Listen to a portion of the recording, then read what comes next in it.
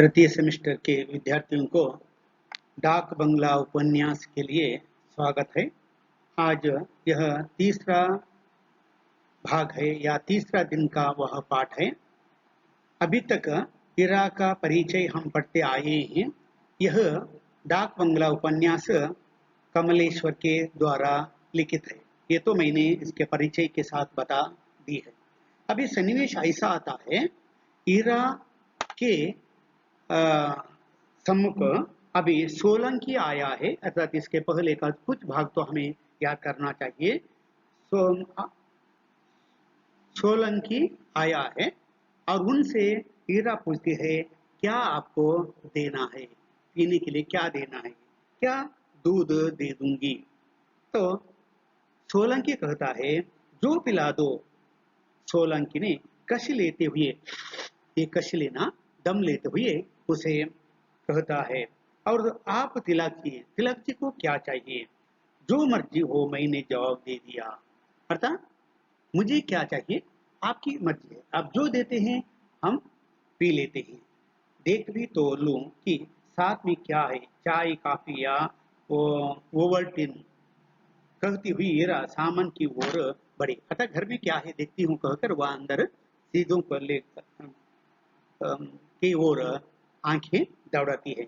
Madam, यह कोई वक्त है चाय कॉफी का, मेरे पास इंतजाम है, कहिए तो निकालूं। अच्छा अभी लीजिए। तो सोलंकी कहता है, यह चाय पीने का समय नहीं है। यदि आप मानते तो क्या मानते तो क्या करते हैं, मेरे पास इंतजाम है, ನನ್ನಲ್ಲಿ ವ್ಯವಸ್ಥೆ ಉಂಟು ಹೇಳ್ತಾ ಕಹಿಯೇ, ನೀವು ಹೇಳ್ತಿರಾದ್ರೆ ಮೈ ನಿಕಾಲು. ನೋಡಿ, ಇಲ್ಲಿವರೆಗೆ ಆಗಿದೆ. ಈಗ ಇದು ಯಹಾಸೆ ನಿಕಾಲು ಅಂದ್ರೆ ಬ್ಯಾಗಿನಿಂದ ತನ್ನ ಬೇಕಾದ ವ್ಯವಸ್ಥೆ ಇದೆ ಅಂತ ಹೇಳಿ ಅದನ್ನು ತೆಗೀತಾ ಇದ್ದಾನೆ. अच्छा अभी लीजिए कहते हुए सोलंकी अपना सूटकेस खोलने लगा. ನೋಡಿ, ಸೂಟ್ ಕೇಸ್ ಅನ್ನು ಓಪನ್ ಮಾಡ್ತಾ ಇದ್ದಾನೆ. ಅದರಲ್ಲಿ ಏನಾಗಿದೆ ನೋಡಿ, सूट केस खुलते ही पूरा बरमದ ಹೌಲಿ की तरह महकने लगा. ನೋಡಿ, ಅದು ಓಪನ್ ಮಾಡಿದ ತಡ ಎಲ್ಲ ಕಡೆ ಬ್ಯಾಡ್ ಸ್ಮೆಲ್ ಬರ್ತಾ ಇದೆ. तो महकने लगा रम की एक बोतल टूट गई थी. ಯಾಕೆ, ಸೂಟ್ ಕೇಸ್ ಓಪನ್ ಮಾಡುವಾಗ ಅದರಲ್ಲಿ ರಮ್ಮಿನ ಬಾಟಲ್ ಒಡೆದು ಹೋಗಿತ್ತು. ಅದರ ಪರಿಮಳ ಇಡೀ ಕೋಣೆಯಲ್ಲಿ ಹಬ್ಬಿತ್ತು. तुम भी पियो शराब से भीगे कपड़ों को निकलता हुआ सोलंकी बोला. ನೋಡಿ, ನೀನು ಕೂಡ ಕುಡಿ, ನೀನು ಕುಡಿ ಅಂತ ಎಲ್ಲರಿಗೆ ತೋರಿಸ್ತಾ ಅವನು ಬಾಟಲ್ ತೆಗಿತಾ ಇದ್ದಾನೆ. ಉಸ್ಕೆ ಚೆಹರೆ ಪರ ಮಸ್ತಿ ಛಾ ಗಯಿ ಥಿ. ಅವನ ಮಸ್ತಿ ಅವನ ಮುಖದಲ್ಲೆಲ್ಲ ಕಂಡು ಬರ್ತಾ ಇದ್ದು, ಸಂತೋಷ ತುಂಬಿ ತುಳುಕ್ತಾ ಇತ್ತು. इन्हें सूखने के लिए फैला दो. हीरा ने शराब में भीगे कपड़ों की ओर इशारा किया. ಅಂದ್ರೆ ಇದನ್ನೆಲ್ಲ ಒಣಗಿಸ್ಲಿಕ್ಕೆ ಬಿಡು ಅಂತ ಹೇಳ್ಕೊಂಡು ಆ ಕಡೆ ಬೆರಳಿಟ್ಟು ತೋರಿಸ್ತಾ ಇದ್ದಾಳೆ. सोलंकी ने अपना निचला मोटा ओंठ दांतों से दबाया और बोला, ओह नो, मैं रात में इन्हें पहन कर लेटूंगा. देखो, उसमें वह भीग गया है, पर सोलंकी कहता उसे रात में मैं पहन कर सो जाऊंगा. ಅದನ್ನೇ ನಾ ಹಾಕೊಂಡು ರಾತ್ರಿ ಮಲಗ್ತೇನೆ. ಯಾಕೆ, ಅವನಿಗೆ ಅದು ಆಸೆನೇ ಅಲ್ಲ. और सूटकेस के से दूसरी बोतल और गिलास निकालकर उसने खिड़की के कार्निस पर शतरंज के मोहरों की तरह सजा दिए और बोला, आइए मिस्टर तिलक. ಬದಿಯಲ್ಲಿ ಕೊಂಡು ಹೋಗಿ ಹೇಳ್ತಾ ಇದ್ದಾನೆ, ತಿಲಕ್ ಮಹಾರಾಜರ ಬನ್ನಿ, ನಾವು ಇಬ್ಬರು ವ್ಯವಸ್ಥೆ ಮಾಡುವ. मैंने धन्यवाद सहित इनकार कर दिया. तिलक ಹೇಳ್ತಾನೆ, ಥ್ಯಾಂಕ್ಸ್, ನನಗೆ ಬೇಡ. सोलंकी ने मेरे नाम का जाम भरकर गट गट उतार लिया. ನೋಡಿ, ಆದ್ರೆ ಅವನು ಏನು ಹೇಳಿದ, ನನ್ನ ಹೆಸರು ಹೇಳಿದ ಗಡ ಗಡ ಗಡ ಕುಡಿಲಿಕ್ಕೆ ಶುರು ಮಾಡಿದ. ಫರ್ಶ್ ಪರ ಪೈರ್ ಫಟಕೆ ಅವರು ಬರಮದೆ ಸೆ ನೀಚೆ ಉತರ ಗಯ. ಅಂದ್ರೆ ಅಲ್ಲಿಂದ ಬರಮದೆಯಿಂದ ಹೊರಗೆ ಹೋದ. हीरा ने तब तक वहीं अंगीठी पर चाय का पानी चढ़ा दिया था. ನೋಡಿ, ಅಂಗೀಟಿಯಲ್ಲಿ ಅವನು ಏನ್ ಮಾಡಿದ್ಲು, ಅವಳು ಸ್ಟವ್ ನಲ್ಲಿ, ಅದು ಒಂಥರ ಸ್ಟವ್, ಅದರಲ್ಲಿ ಈಗ ಒಲೆಯಲ್ಲಿ ಚಾಯ್ಗೆ ನೀರಿಟ್ಟಿದ್ಲು. सोलंकी को जाते देखकर वह बोली, मैं आऊं, नान बरूदा. जैसे उसका मन घूमने के लिए मचल रहा हो.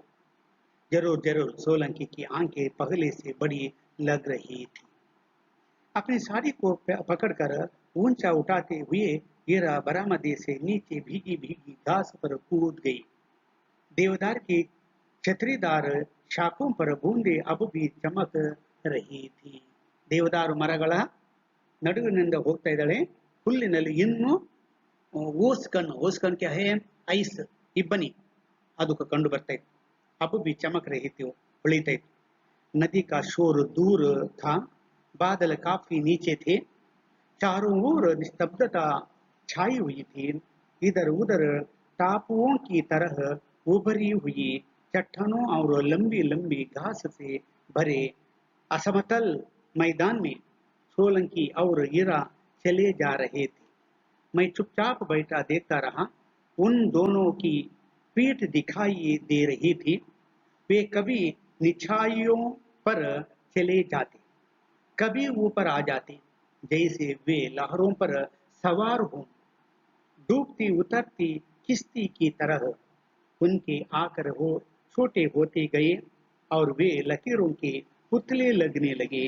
पेड़ों के नीचे जब गिरा का आकर खो जाता तो लगता जैसे सोलंकी ने उसे ढक लिया हो. अंगिटी पर हीरा का छड़ाया हुआ पानी खौलने लगा था.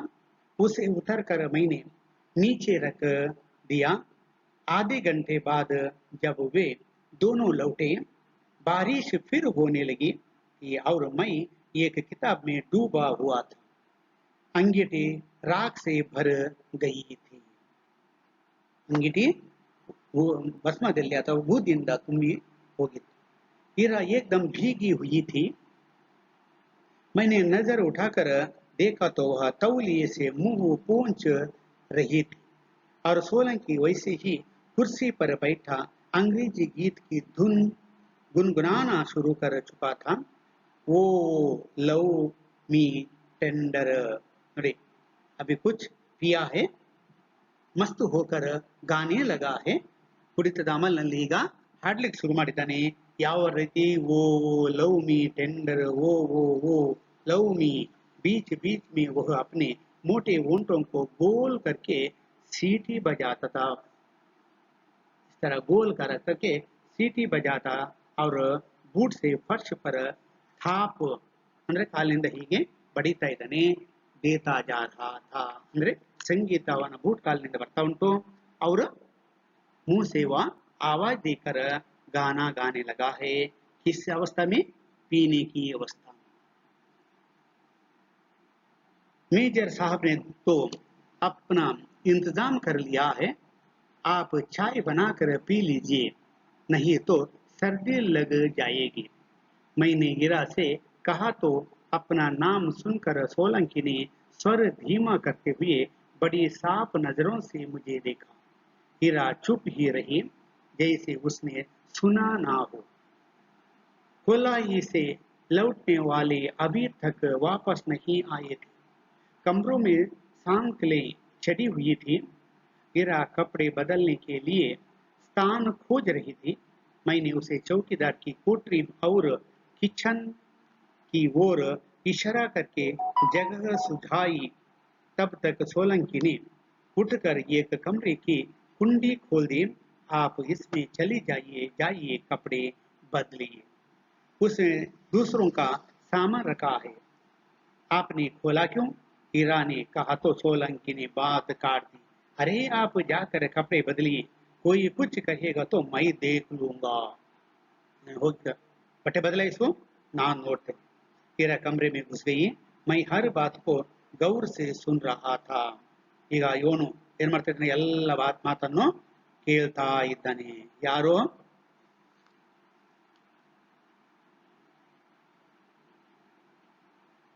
ತಿಲಕ್.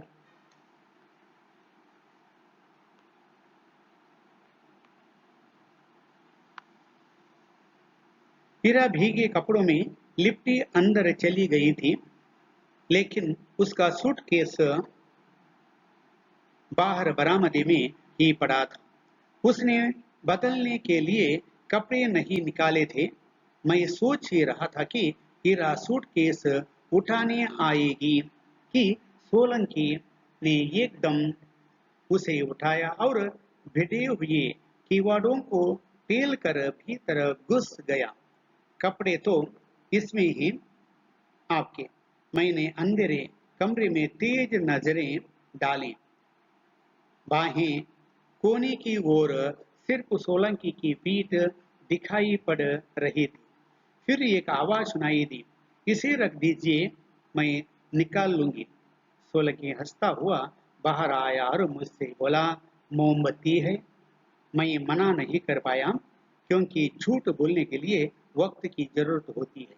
पर मैं उसका आशय समझ गया था। वह किसी बहाने दोबारा कमरे में जाना चाहता था। जानते हुए भी मैंने दूसरी जगह मोमबत्ती की तलाश शुरू की। मैं नहीं जानता था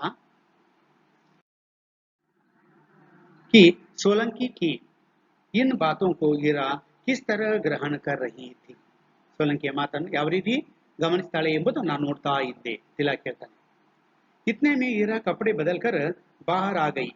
मैंने मोमबत्ती जलाकर शराब की खाली बोतल के पास कार्निस पर चिपका दी. रोशनी उन दोनों के चेहरों पर पड़ रही थी. किन दोनों के? सोलंकी और ईरा. अभी तक हम दो लोगों का सामान डाक बंगले के बरामदे में ही रखा हुआ था. ಈಗಾಗಲೇ ಇವರ ಇಬ್ಬರ ವಸ್ತುಗಳೆಲ್ಲ ಆ डाक बंगಲೆಯ ಬರಾಮದೆಯಲ್ಲಿತ್ತು. रात उतरने लगी थी, पर डाक बंगले के दोनों कमरों में टिके हुए लोग कोल्हाई से वापस नहीं आए थे. सोलंकी कुछ उलझा हुआ लग रहा था. कुछ क्षणों की खामोशी के बाद बोला, हम अपना सामान क्यों ना भीतर कमरे में रख दे. तभी चौकीदार आता दिखाई पड़ा. चपरासी अभी आता है और चौकीदार अर्थात वॉचमैन कहते हैं. तो वॉचमैन ही सामान्य तौर पर वही क्या करते हैं, अंदर भी चीजों को लाने वाला. तो दिखाई पड़ता है. उसने पूछा, यह सब लोग अभी वापस नहीं आया, हम किधर सोएगा. ಚೌಕಿದಾರ असमंजस में पड़ गया. ಏನು ಹೇಳಬೇಕಂತ ಚೌಕಿದಾರನಿಗೆ ಅರ್ಥ ಆಗಲಿಲ್ಲ. क्योंकि जो सैलानी लौट कर आने वाले थे, उन्हें भी रात वहीं गुजारनी थी और दोनों ही कमरे उनके पास थे. बरामदे में सोना खतरे से खाली नहीं था. खतरे से खाली ना रहना ಮುಹಾವರ ಡೇಂಜರ್ ಅಂದ್ರೆ ಬರಾಮದಿಯಲ್ಲಿ ವರಾಂಡದಲ್ಲಿ ಮಲಗುವುದು ಡೇಂಜರ್ ಅಂತ. वह बोला, अभी साहब लोग वापस आएगा, ಎಲ್ಲ ಬರ್ತಾರೆ ಮತ್ತೆ. सोलंकी ने घुर्राते हुए कहा, सिट्ನಲ್ಲಿ ಹೇಳ್ತಾ ಇದ್ದಾನೆ, पर दोनों कमरे उनके पास हैं. कितना मियां साहब हैं उनके साथ. ಎಷ್ಟು ಸ್ತ್ರೀಯರಿದ್ದಾರೆ ಅವನ ಒಟ್ಟಿಗೆ? दो. ಅವರಲ್ಲಿ ಇಬ್ರು. चौकीदार ने बताया तो सोलंकी को खल गया. उठकर वह कमरे की ओर जाने लगा तो ईरा ने मना किया, उन लोगों को आ जाने दो, सामान वगैरह रखा हुआ है. और बरली ನೀನು ಮುಂದೆ ಹೋಗಬೇಡ, यही तो सामान रखा हुआ है, तो उन्हें आने दो. कार्निस पर रखी हुई मोमबत्ती उठाकर सोलंकी भीतर घुस गया. हम भी उठकर कमरे में पहुंचे. तब तक सोलंकी ने एक बिस्तर लाकर भीतर पटक दिया. तिलक भाई, ओट वो खाट उधर सरका दो. वह बोला, वह खाट को उधर सरका दो, सरिसिडो. ಅವನು ಹೇಳಿದ. लड़की का वह कमरा हम लोगों की आम दरख्त से धीरे धीरे चरमरा रहा था.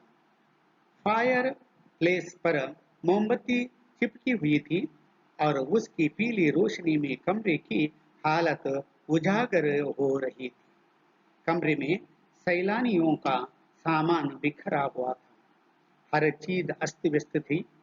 पलंग के पायताने जैम और पनीर के डिब्बे पलक की खोले पड़े और एक कोने में अंडों की छिलके जमा थे. ಮೊಟ್ಟೆಯ ಸಿಪ್ಪೆಗಳೆಲ್ಲ ಒಂದು ಕಡೆಯಲ್ಲಿ ಇತ್ತು. ಮತ್ತೆ ಏನಂತೆ, ಪನ್ನೀರ್ನ ಡಿಬ್ಬೆಗಳೆಲ್ಲ ಒಂದು ಕಡೆಯಲ್ಲಿ ಇತ್ತು. ಪಲಂಕಿ ಪಲ್ಲಕ್ಕಿಯ ಹತ್ತಿರ ಏಕ ಪಾಯೆ ಪರ ಅಂದ್ರೆ ಒಂದು ಕಾಲ ಹತ್ತಿರ ಚಾದರ್ ಕೆ ಕೋನೆ ಸೆ ಚಿಪ್ಕಿ ಥಿ ಚುರಿ, ಒಂದು ಚೂರಿ ಕೂಡ ಅಡಗಿಸಿಟ್ಟಿದ್ರು. ಉಸ್ಮೆ ಲಗಾ ಮಕ್ಕನ ಪೋಂಚಾ ನಹಿ ಗಯಾ ಥಾ.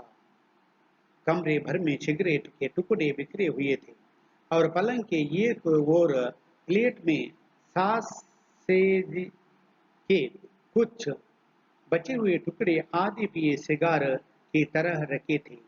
प्लेट के किनारी पर जेम चिपका था।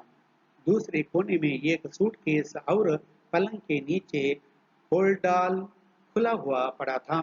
एक गिलास उसी पर लुढ़क रहा था और पलंग सफेद चादर बुरी तरह से मसली हुई थी। तकिए तलदिंबो तकिए पर कोहनियों की टेक के गड़े बाकी थे। तकिए के नीचे गंदा रुमाल था। देखिए, तकिए के नीचे गंदा रुमाल था और एक रेशमी साड़ी सिरहानी बेतरबी से पड़ी थी। ನೋಡಿ, ಒಂದು ರೇಷ್ಮೆ ಸಾಡಿ ಬೇತರ ಅವ್ಯವಸ್ಥವಾಗಿ या अस्तव्यस्तವಾಗಿ ಅಲ್ಲಿ ಬಿದ್ದಿತ್ತು। तकिए की एक कोने से दबी हुई ब्रेसरी झांक रही थी जिसकी गेटिस टूटी हुई थी। सोलंकी की आवाज से मैं चौंका। ಇವನು ಏನ್ ಮಾಡ್ತಾ ಇದ್ದಾನೆ? ಆ सोलंकी करीता इधरे मैं चौंक गया। क्यों? इन सभी दृश्यों को देखने में मैं व्यस्त हुआ था। वह कह रहा था, ಅವನು ಹೇಳ್ತಾ ಇದ್ದಾನೆ ನನ್ನ ಹೆಸರು ಕರೆದು ಏನಂತೆ, ತಿಲಕ್ इस पलंग को उधर सरका दो। ಈ ಪಲಕನ್ನು ಪಲ್ಲಕ್ಕಿಯನ್ನು ಅಥವಾ ಬೆಟ್ಟನ್ನು ಆಚೆ ಸರಿಸಿಡು। और एक रेशमी साड़ी सिरहानी बेतराबी से पड़ी थी। तकिए के एक कोने से दबी हुई ब्रेसरी झांक रही थी जिसकी गिटिस टूट हुई थी। सोलंकी की आवाज से मैं चौंका। सोलंकी के आवाज से मैं चौंका। वह कह रहा था, तिलक इस पलंग को उधर सरका दो। मुझे कुछ संकोच हुआ किसी दूसरे के कमरे में और जो इस हालत में पड़ा हुआ हो। हमारा घुस आना ठीक नहीं था। ಇನ್ನೊಬ್ಬರ ಕೋಣೆಗೆ ನಾವು ಹೀಗೆ ಬರುವುದು ಒಳ್ಳೆಯದಲ್ಲ। पर इससे पहले की सोलंकी उझड़ों की तरह उस पलंग को उलटकर खड़ा कर दी। मैंने उसे सरकाया तो तकिया उलट गया। कुचला हुआ एक छोटा सा कमल का फूल और विस्की का अद्धा नीचे से झांक आया। अद्धे में थोड़ी सी विस्की बची हुई थी। सोलंकी ने विस्की का वह बचा हुआ घूंट अपने गले में उतरकर बोतल ये कोने में फेंक दी। कुड्दದ್ದು ಏನು ಸ್ವಲ್ಪ ಇತ್ತು ವಿಸ್ಕಿ, ಅದನ್ನು ಸಹ ಕುಡಿದು ಬಿಟ್ಟ। हीरा साथ ही कमरे में आई थी पर पता नहीं कब वह यह सब देखकर बाहर निकल गई। मैं किसी काम से बाहर आया तो देखा वह बहुत उदास सी खड़ी है। ಅವಳು ಯಾವ ಹೊರಗೆ ಹೋಗಿದ್ದು ನನಗೆ ಗೊತ್ತಿಲ್ಲ। किसी काम में बाहर आते ही सोलंकी हीरा को वह देखता है। वह कोई खोई खोई सी खड़ी थी। ತನ್ನನ್ನು ಕಳೆಕೊಂಡ ಹಾಗೆ ಅವಳು ನೋಡ್ತಾ ಇದ್ದಾಳೆ, ಏನು ಬೇಡ ಎಂಬಂತೆ। ऐसे में हीरा मुझे बहुत अच्छी लगती थी पर इस वक्त मेरा मन उसकी हर भावना से विद्रोह करना चाहता था। वैसे हीरा की एक खुशी या उदासी के क्षण मुझे प्रभावित करने लगे थे और मैं चाहता था कि उसकी जिंदगी के सभी दुखों को मैं ओढ़ लूं। पर इस क्षण मन भटक गया। गहरे होते हुए अंधेरे में उसकी आकृति मोम सी लग रही थी पर मुझे उस क्षण वह बहुत बदली बदली सी लगती।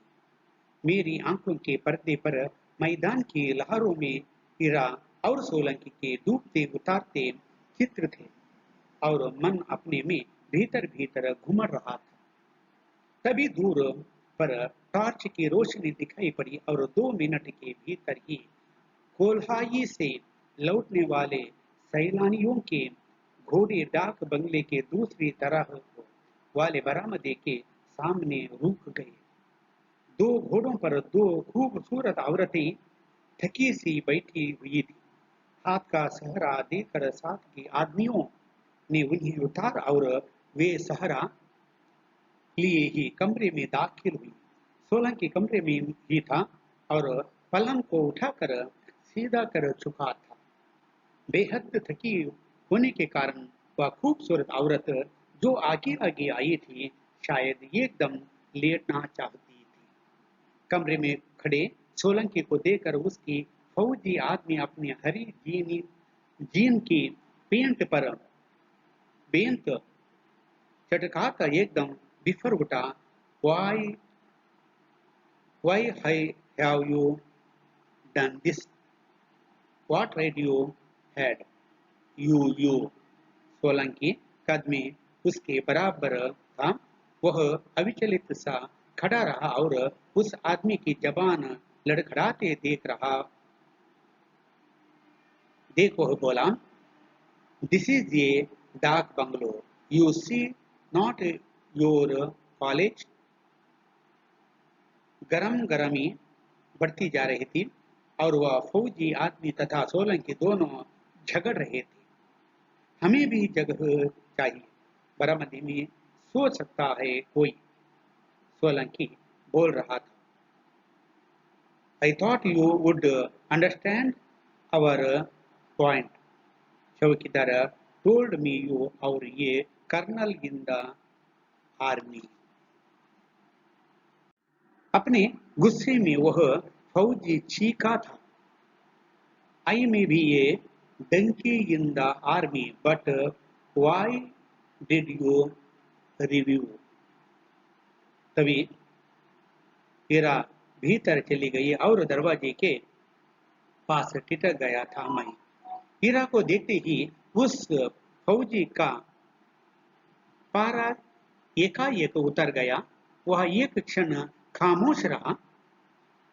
गहरी नजरों से उसने सोलंकी और हीरा को देखा और बोला, वह समझा, गाई तुम इधर इस कमरे में रात गुजरा सकता है, हम उधर वाले कमरे में जाएगा।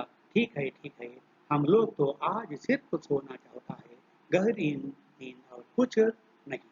इतना कहते कहते वह अपनी खूबसूरत औरत को पहिएदार कुर्सी की तरह सहारा देकर दूसरे कमरे में पहुंच आया, जिसमें उसका साथी और उसकी बीवी ठहरे हुए थे और 5 मिनट में सारा सामान बटोर कर उठा ले गया।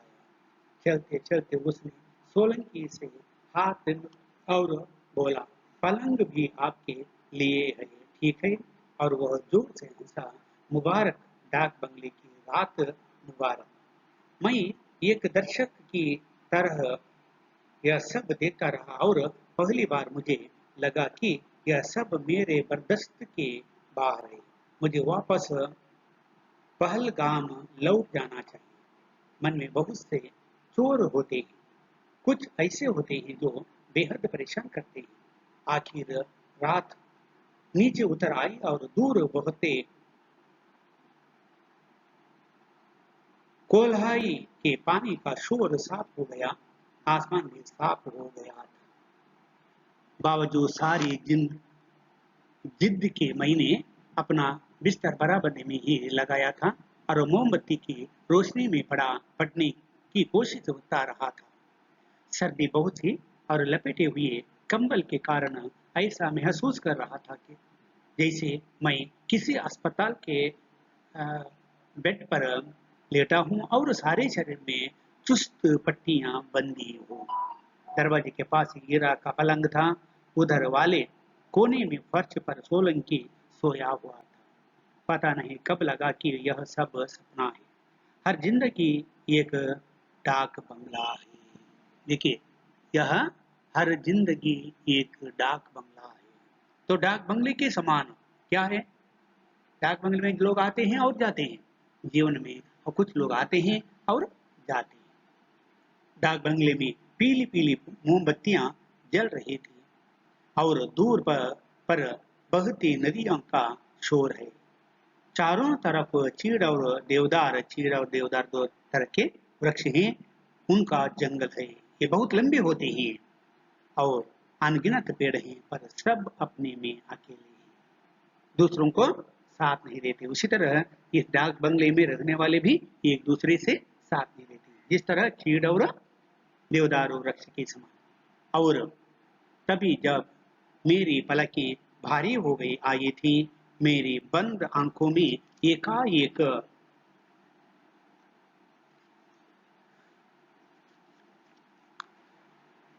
अंधेरा छा गया था। माथे पर किसी के हाथ का स्पर्श सा महसूस हुआ था। मैंने हाथ बढ़ाए तो रेशमी बालों की लटें उंगलियों में उलझ गई। यहाँ तक हम समाप्त करेंगे। अगले पेड़ में आगे का भाग, उस डाक बंगले में और क्या घटनाएं होती हैं ये तो देखेंगे। हिरा और सोलंकी के विचारों को लेकर अगले पेड़ में मिलेंगे। आज यह पाठ समाप्त कर देता।